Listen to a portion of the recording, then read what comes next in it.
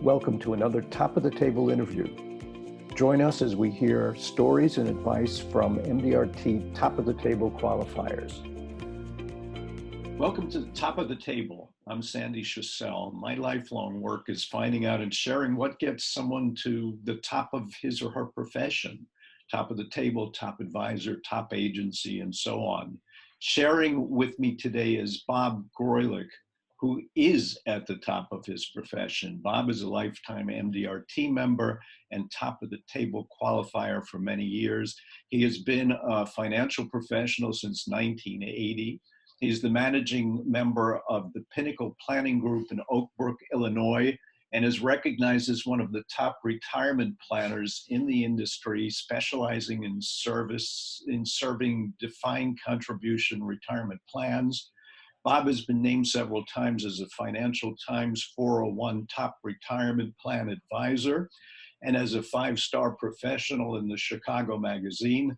Welcome, Bob. It's an honor to have you here. Thank you, sir. Oh, good. So it sounds like we should just jump right in. And I'm curious, it looks like you just started your work career in this profession. What got you into this profession? Kind of a funny little story back. I grew up in Des Moines, Iowa, and started working at a little local toy and hobby shop around the corner from our house. And I was in one day, and the owner was asking what I was doing, and I said I was picking up a couple of things, and he said, "Well, I thought you were coming to ask for a job." And I said, "That's interesting that you say that, because after I got done with the purchase, I was actually planning on asking if you needed any assistance." So he hired me. And a couple of weeks later, he called me back into his office when I was there. And I was all of 14 at the time when he hired me. And he called me in and he said, "My partner called me and we have a problem." And I said, "What's that? What's that, Ben?" And he said, "Well, we don't hire anybody under 16. And I said, "Okay, you hired me," but he said, "Well, you're not 16. I said, "You didn't ask." And he said, "So, okay, well, then you better hurry up and turn 16. And he just kind of turned the page from there. So I ended up working for him, assembling things for the store. He comes in one Friday or Saturday morning, and I'm out on the sales floor. I just put a bunch of bikes together and stacked them out there. And he came in and he saw me with some customers, and he was pacing back and forth and was visibly irritated that I was sitting there chatting with some folks, and motioned me to the back. And I said, "Yeah, in a minute." Went back a little bit later and he said, "What are you doing? You're supposed to be assembling bikes." And I said, "Well, I did, but these people wanted to buy some, so I sold the family 6 bikes." He said, "Oh, okay, good. Well, you're going to be out on the sales floor now." So he put me out on sales, and then he, transferred me, moved me up. It was actually interesting he was a little local toy store that was affiliated with a major mall developer by marriage. So whenever a mall went up, one of their toy and hobby shops went up. So by 16, I was actually flying around the country with him as part of the group of people that would go in when the store was about to open and merchandise the whole store. So came time to graduate high school, and it was like, "What are you going to do?" And I said, "I don't know. I haven't really thought about it." And he said, "Well, you have 2 choices. You can either go to school and have them try to teach you the things that I've been teaching you for the last 4 years, or you can be manager of store A, B, or C, or assistant manager of the largest store, which was in the local area." And I said, "Well, I'll do that one." And decided not to go to school because I was, in my mind, destined to stay in retail. I was going to be a buyer for a major chain down the road. Along the way, the manager of that store told me I had to meet with her insurance agent and buy some insurance. And I said, you know, Betty, I'm 18, I'm single, I have no needs. And she said, sit down and meet with this guy anyway. So the guy sells me some insurance with option to purchase additional, the OPAI on it. And some years later, fast forward now, I'm with another firm. I'm actually the buyer for that store. So I'm, 19 and a half, I think, and I'm spending $1 million of somebody else's money stacking the store with whatever we wanted in there. And my agent calls me and says, "Hey, I'm your new guy. I'm your new agent. You have an option coming up. I want to sit down and chat with you." And I said, I don't need any more insurance. And he said, "I'm across the street. I'll stop by anyway." So he comes in and we sit and he chats, and about half an hour later he's leaving, and I realized I just bought 3 times the option that I had coming up at multiple times what I was paying. And I said, "Bill, come back here. Talk to me about this. Why am I doing this?" "Well, you're doing this because you're saving and you're setting yourself up for the future." And I said, "Well, tell me about what you do and how you do it." And he said, "Well, I work about 3.5, 4 days a week, except during hunting season or fishing season. Then I'm always taking Fridays off and maybe something during the day." He said, "I come in around at 9 and I leave around 3. And I was like, I can do that. I thought it sounded like an awesome job. Petitioned to get hired there after some finagling. I actually did get hired, but they hired me to, at that time, was with Equitable Life Assurance Society, hired me to sell homeowners and auto insurance and then migrate into to life insurance over the table. About 6 months in, Equitable sold off the homeowners and auto division, the property casualty, to Geico. And now I was faced with, well, now what am I going to do? I didn't come to sell just life insurance. That wasn't really what my gig was at the time. And one of the agents down the hall from me had said, "Hey, I need some help. I'm doing some things with defined benefit plans. I think that might have some legs to it." So it interested me because of all the different variables that were there.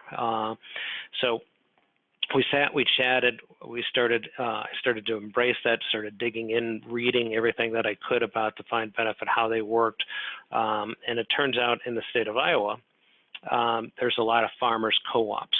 All the farmers belong to a little local co-op so that they can ship their grain aside around. And those co-ops were part of either agri-industries or farmland industries. So there was 2 different multiple employer plans that were set up. They're defined benefits with one of those 2 plans. And we just literally started traveling around the countryside, stopping in on co-ops and talking to them about what we were able to do for them if we took them out of the MEP and put it on their own plan. And so that's how we got into retirement. And I got more and more focused in it, spending more and more time in it. We had a meeting that was scheduled from the regional home office. So a woman by the name of Liz Hallam, who's still an icon in the industry and with Equitable, now AXA, came out and did this meeting. And she was talking about defined benefit, defined contribution. She said, there's this new thing out there called 401ks. We don't know that much about it, because this is like 82. But she said, it looks like there might be something interesting there. So I met with her after, and she said, go see these guys up in Wisconsin because they've developed this program. So I fly up to Milwaukee, meet with a couple of guys who were selling the rights to their package by state. And the rights to the package included some really bad 35 millimeter slides, some pretty poor marketing material. Prospecting letters were very marginal at best, but the one thing that they had that was very intriguing in 1982 was a program, a software program, that would illustrate the effects of a pre-tax deduction on your net paycheck. And back then we were in 50% plus tax brackets. So ended up buying the rights, which was $5,000. Now I had to buy a computer. So I buy my first computer was an IBM XT with a 10 megabyte hard drive. I was so advanced. Yeah. A dot matrix printer, a HP1 LaserJet. I bought WordStar, Lotus, InfoStar, and all of a sudden I'm in partnership with the bank for about $20,000. So it's like this has got to work. So we started focusing exclusively on retirement plans and focusing on 401k plans. And we kind of took the Iowa agency from nowhere to all of a sudden in the top 3 in the country in terms of pension production. So we were having a lot of fun selling 401k plans back in the day, back before Reagan changed some of the tax laws and made it a little more difficult, which was probably a good thing at the time. But that's it. That's how I got in. And since then, I guess we can fast forward to that. In '88, I got a call from the regional home office asking me to come out to meet with the president in Chicago. I get out here, he asked me, he wants me to become part of the regional office. I thought he was nuts because, I had a nice renewal base back in Iowa. And over this interview that lasted for about 8 hours, Mark Rooney's well known in the industry. He was the president at the time. He gets me to commit in the middle of his global economic speech that fine, I'll do it. And I told him, I said, I'm either going to do this for 2.5 years. I'll come out. I'll work with the agencies because the job was to answer questions, to be the resource to go out and around and teach people how to sell and service plans. I said I'll do it for 2.5 years, or I'm going to go to home and then back to the field. That much smarter from working around the estate planner, the financial folks, the disability folks. I said, or I'm going to the home office because they're really kind of messing some things up. It was almost 2.5 years to the day when I got the call to come up to New York in the middle of a wage freeze while they were doing demutualization, moving from Equitable to AXA. But I ended up in New York, and I was there pretty much 1 week short of a year before I decided a Midwestern boy didn't necessarily need to be up in this political environment. Moved back to Chicago and then reopened private practice. And that's really at about the time where you start working together with other agents and developing some synergies. And that's really where the basis of Pinnacle was formed with a group of people that had been working together for a long time. Yeah, so your work was coming from other agencies because you had chosen or had ended up specializing. I got a fair amount of referrals from other people because, they would run into a company that wanted something, because now we're in the 90s, so people were taking on and wanting to know more about 401k plans. So some of it was coming from that. Some of it was coming from, our own marketing efforts. And then at the same time, when I was at AXA, I was in charge of their locally of their dual professional program where CPAs and attorneys were getting licensed. So I got to know a lot of the CPAs and the attorneys very well, which then became, another referral source in addition to, your own clients. Yeah, that sounds like a good tip right there, Bob, is get to know CPAs and attorneys. And it sounds like that was. They continue to be a significant resource. It's not.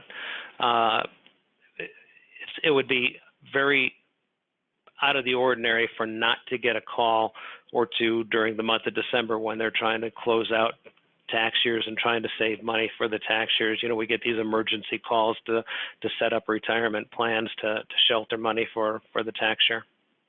Did you ever get into the situation where the attorney says, well, if you're not going to refer me business, I'm not going to refer you business? Or was it pretty clear from the beginning, look, this is one way, but I'm going to help you and your clients? Well, interesting, because there's really a couple of different pieces there. Certainly attorneys want some of the quid pro quo, but back in the 90s, it was becoming very prevalent that we were getting attorneys and CPAs licensed and registered. So instead of them, just getting a referral, they could actually share in the revenues. So we had a lot of folks that were doing that, sharing in a some small piece, but still giving them enough that it made sense for them to continue to be involved, but yet to sit on the client side of the table and ask the questions that the client didn't know to ask. Yeah. Okay. So, I mean, that distinguishes it because it's a problem that a lot of advisors run into when they're trying to have multiple attorneys, multiple accountants, but you have that built in for you. So that sounds like a great We way. kind of we kind of created that. Yeah, we created that process and developed that relationship. Now, today you don't see as many attorneys or CPAs getting licensed, but now today the hair is a little grayer, so I look a little older, a little smarter perhaps, and now we don't worry about the quid pro quo as much. Right. It's just, I can help you or I won't help you. It's up to you. That's good. At some point, you must have realized you must have strived to get involved with the MDRT. How did that come about? Well, in the early years, that was always something that Equitable focused on very, very, very heavily, and they were out for people to, push to become MDRT, and we wrote a rather large grocery store, their 401k back in I think it was '84, the end of '84. And back in the early days of 401k, you sold life insurance inside of 401ks. That was pretty common. Yeah. So we wrote this 900-person group. We wrote $34.5 million of insurance inside of that that paid out the second week of January. So we all thought this was pretty cool. We're MDRT, by January 10th of the following year. And a couple of other years I had attained the MDRT, but then it was kind of like out of sight, out of mind because I really wasn't selling a lot of life insurance. We do a little bit of executive benefits, but we didn't spend a lot of time in there until, probably 15 years or so ago. Somebody said, hey, you ought to take a look at this because there's multiple different ways that you can make MDRT either by premium or volume, and they said with the stuff that you're doing in the retirement plan, you probably have enough ongoing flows coming in to qualify at MDRT. So it's like, all right, well that's kind of interesting. Yeah, I'll take a look at that. Put it off to the side, and then the package came one year, and I was like, okay, so let's take a look at this. And it's like, well, I get 6% credit on these flows that are coming in, and calculated it out, and I was like, all of a sudden, well, I'm 3 times what I need for the qualification here, and then it was like, well, wait a minute. I qualify top of the table, so it was like, yeah, of course I'm gonna join, right? Because we all have our own little egos. Yeah. So ego kind of drove that, and I've stayed focused on that pretty much since then. Top of the table just was something that you realized you were at. And this is not the first time someone's told me that. It was, it was a surprise. It was something that, you grew up knowing that certain people in the agency were MDRT. Some of the people, the really good producers, the people that you held up on a pedestal might be core to the table or top of the table. And I have worked very hard at what we do and keeping. We have a very high retention rate because of the services and the manner that we provide. And we continue to see pretty much a steady growth of assets every year. But so when I looked at it and said, wow, I'm top of the table. And that just helped me get a little bit maybe more focused to continue to do the things that we do, provide the services so that we could continue to attain that. And just passed, I think last year was was it either 18, I think it was 18 was the 10-year top of the table. So, And you're a lifetime member. Very excited about that. Lifetime member going forward. So. Yeah. You mentioned just now something about giving your service, giving great service to clients so that the retention rate's very high. What's the magic? What's the thing that you think keeps them with you every year? Well, in the retirement industry, everything is becoming very commoditized. Margins are shrinking, so you have to be very committed. You can't be that blind squirrel that's going to do one or two retirement plans a year and then focus on something else. If you're going to be in the retirement space today, you have to be very committed to that space and pretty much have that be 100% of your time. But then once you're spending 100% of the time the same way as many other people are, now what's going to set yourself apart? So you got to start thinking about where's the value add, and what's the methodology, what's the beliefs that drives everything. And we look at it and say, when I'm with a client, I'll tell them, my job, our goal is to keep you as uninvolved in the plan or involved in the plan as you want to be.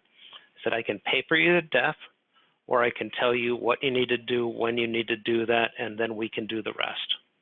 And most everybody's going to obviously take that choice because they have multiple hats that they have to wear. Well, then you have to back that up. Well, backing that up means, my wife works with us in the office. She'll actually assist with payrolls and getting the payroll contributions remitted up to the providers. Not actually doing it herself, but building the files where they don't have the time or perhaps don't have the resources to do it. We have all calls, participant calls funnel through our office instead of the 800 number so that they develop a relationship and get to know the people on the team as opposed to, talking to somebody in New York in the morning and somebody in the West Coast in the afternoon, and who knows where you're going to be during the day. So call centers are great for most of the retirement platforms that we work with, but at the same time, you never get to develop a relationship with the people. Calling our office, you do. Calling our office, we have the ability to interact with the participants, excuse me, and take human nature out of investing so that people aren't making mistakes when the talking heads on TV are saying, oh my God, the doom and gloom because we're dropping 500 points today. So yeah, that's great. all those things, and then, we just go the extra mile, come time for testing. We have relationships with multiple payroll companies, so we have the ability to go in and do the downloads of the census and send it off to the TPA so that the client doesn't have to do that. So we're saving them hours of stuff that maybe they do once a year as opposed to something we do all the time. So it's much quicker for us. Yeah. So it's all service. Service is so important. I love how you listed your wife on your website as a volunteer for the firm. So she. That's not me. That is her. She was very emphatic about the fact that that she was going to be listed as a loyal volunteer. That took a lot of finagling with compliance to get that through. But it was her point that she says, hey, we have grandkids and I'm going to take off and go see the grandkids when I need to. Yeah, that's good. So. But the fact that it's a family where service is important is very powerful. So if I were a new MDRT member, or I'd made it to the MDRT a couple of times and I'm looking and saying, how do you get to court? How do you get to top of the table? What advice would you give me? What advice? I think, and what I've chatted with agents in the past, in their early years, you're going to learn a little bit about a lot of different things. But somewhere along the line, there's going to be one or two of those things that really feel good to you that you like doing. And I think at that point, once you start to identify those, that's where you start putting in your efforts, because in today's world, you have to be very focused. You cannot be, I don't think personally, that you can be a jack of all trades and continue to perform at the levels that perhaps most people want to do.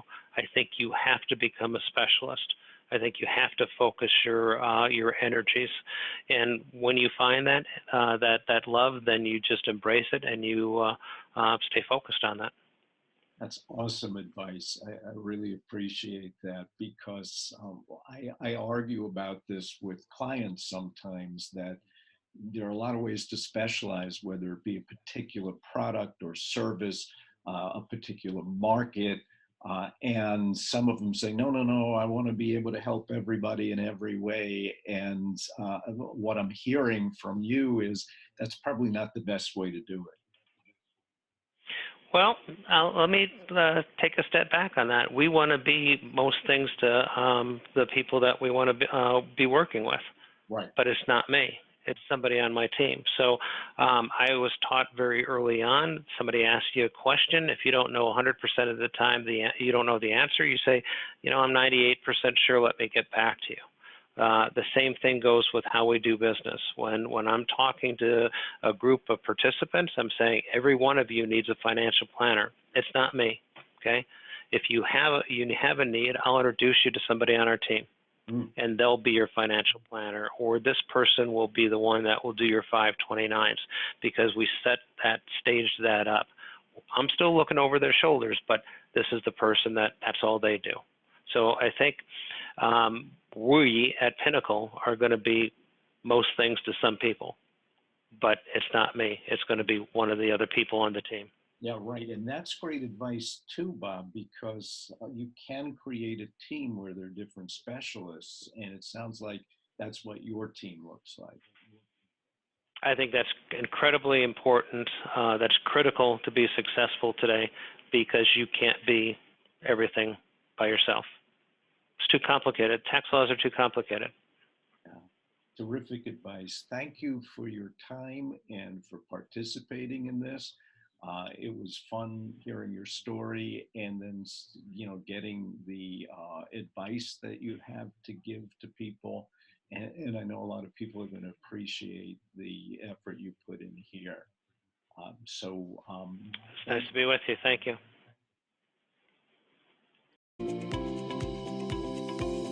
If you want to talk with me about your journey to the top of the table, contact me at sandyschussel.com/conversation. I'll see you at the top.